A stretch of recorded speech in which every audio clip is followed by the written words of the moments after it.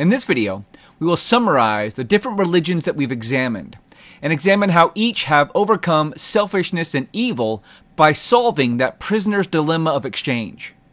And then we will examine how individuals from different religious systems can work together to solve that prisoner's dilemma of exchange by using their own unique religious power. So let's briefly sum up the different religions. We started with Hinduism. Hinduism looked at reality through a non-dualism. There was a oneness behind reality, an impersonal Brahman. And the Hindu overcame death through a reincarnation of life and continued that reincarnation until one realized that self did not exist, but all was Brahman. We then looked at Buddhism, which was a similar technique.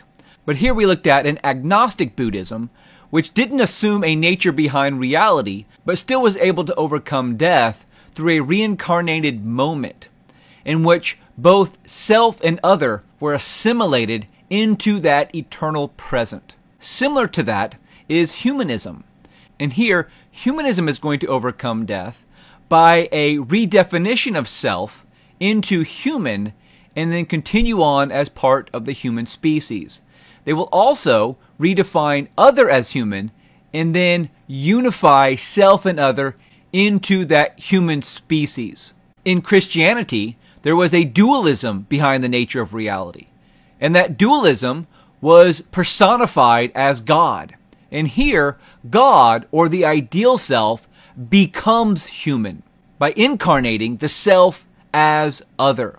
The Christian's going to overcome death by a resurrection of the dead and an ascension into heaven. Similar to that was Islam, who also resurrected from the dead and ascended into heaven.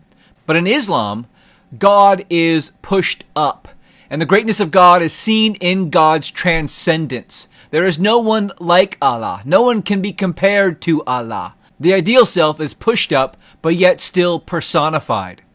And we can continue around this circle, going back into Hinduism, where that nature behind reality becomes impersonal, but still transcendent. And so you can begin to see how all these religions hold many things in common with each other. And so let's spend a little bit more time trying to extract some fundamental religious truths that are at the core of what it means to be human. And so let's take one step back. And we can see that these 5 religions can actually be whittled down to 3 in terms of different techniques to solve that prisoner's dilemma of exchange. We have the Eastern technique, which is Hinduism and Buddhism. We have the monotheistic technique, which is Islam and Christianity. And then we have the humanistic technique, which is humanism. And so from here, we can extract 4 fundamental religious truths about humanity.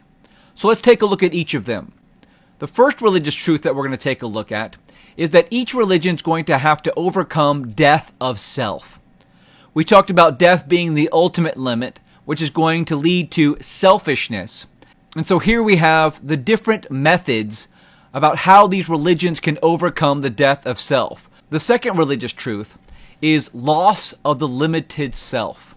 Because we are limited beings physically, we are going to be selfish beings. And here we mostly focused in on the Eastern technique through a detachment or the loss of self. This also occurs in monotheism, as we've seen through worship, in that ideal or perfect being is going to hold those unlimited characteristics. The third religious truth is the gain of the ideal, or the gain of the ideal self, and we mostly focused on this in monotheism through worship. Or in the humanistic technique is re-examining what that ideal self is. The final religious truth that we can extract is that there must be an integration of self and other. Again, in order to solve that prisoner's dilemma of exchange, in order to make exchanges, because exchanges are the way in which we transcend oneself, and also by which we can experience ecstasy. And there are 5 fundamental ways that we've examined here: the dissolution of self into the other, again the assimilation of self and the other into the eternal present, the incarnation of self as other, the elevation of other, as well as the unification of other in humanism. So here we can extract these 4 fundamental religious truths that are at the root of all religions, that are designed to overcome selfishness and evil, push us up into love and altruism so that we can experience the fullness of life by making exchanges that lead to transcendence and ecstasy.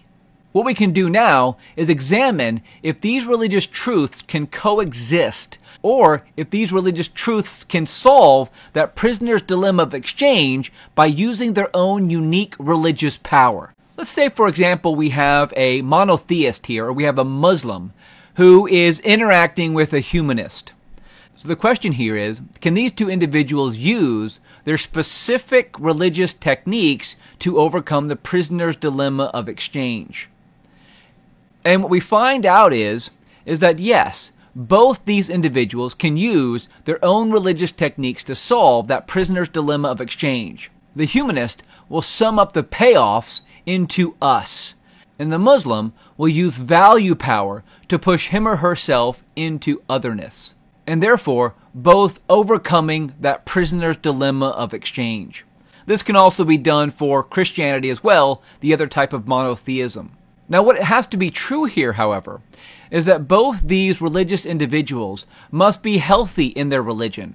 We can see how those religions could fall into self-destruction and hatred, which will lead to imperfect information in their religions. And so for the humanist can fall down into worthlessness, suicide, denial of value, or a dystopian worldview.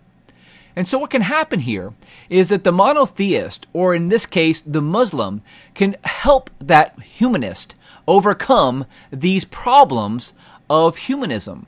So the humanist may feel worthless, may not feel any inherent value. So the Muslim can come over and elevate the humanist, can come over and have mercy and compassion upon the humanist, and deal with that humanist on an individual level, and try to find that comparative advantage and to make an exchange with that individual, to show that individual does have value, and then try to show that all individuals have value, that everyone has a comparative advantage, that everyone can contribute. The poor, the weak, the disabled, they all have a comparative advantage that they can use to make an exchange from an individual level to contribute to humanity as a whole. So the humanist can return the favor.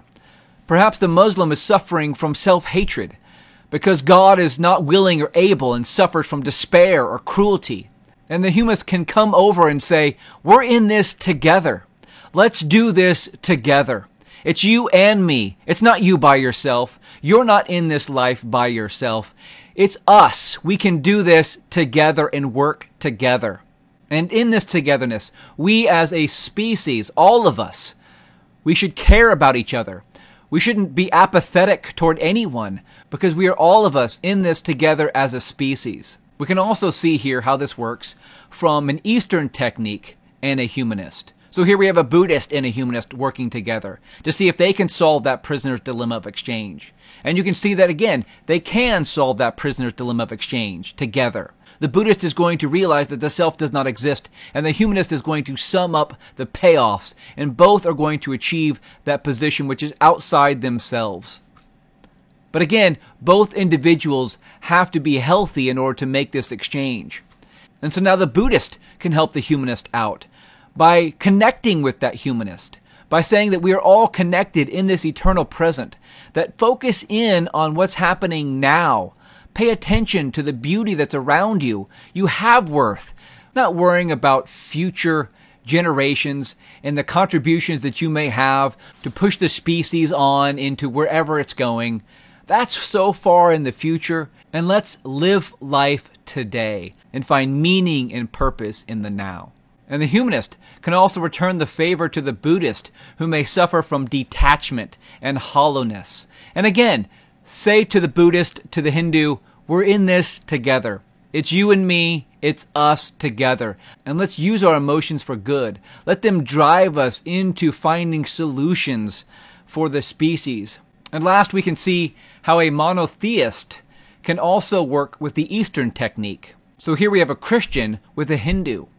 to see if these two techniques can also work together to solve that prisoner's dilemma of exchange. And again, we can see that they can solve that prisoner's dilemma of exchange together. The Christian using value power to push themselves into the other, and the Hindu using the Eastern technique to find that the self does not exist. But again, these have to be healthy individuals in their religious techniques. So again, the Hindu can suffer from detachment and hollowness. Well, the Christian can come over and incarnate into the Hindu, can become one with the Hindu. It's other and self, self and other. I am you. Using those deep emotions to make those deep connections, alleviating those emotional abandonment and hollowness. And so the Hindu can also help the Christian. Because the Christian, again, with monotheism, can suffer from punishment, can suffer from self-hatred and self-destruction, can see the hopelessness because they may fall into despair or cruelty. And so the Hindu can come over and say, everything is going to be okay. You're going to reach heaven. You're going to make it. Not only are you going to make it, but everyone that you care about, all those people that you're concerned about. I want to share some of my hope with you, to pull you out of that despair, to pull you out of that cruelty, so that we can make an exchange. And so don't be so hard on yourself. Take it a little bit easier. Everything is going to be okay. And so here we can see that all these religious techniques can work together, can coexist, because everyone has a religion, and everyone can use that religion to overcome selfishness and evil, to push us into lives of love and altruism, so that we can all lead more efficient, happier, better lives because of religion.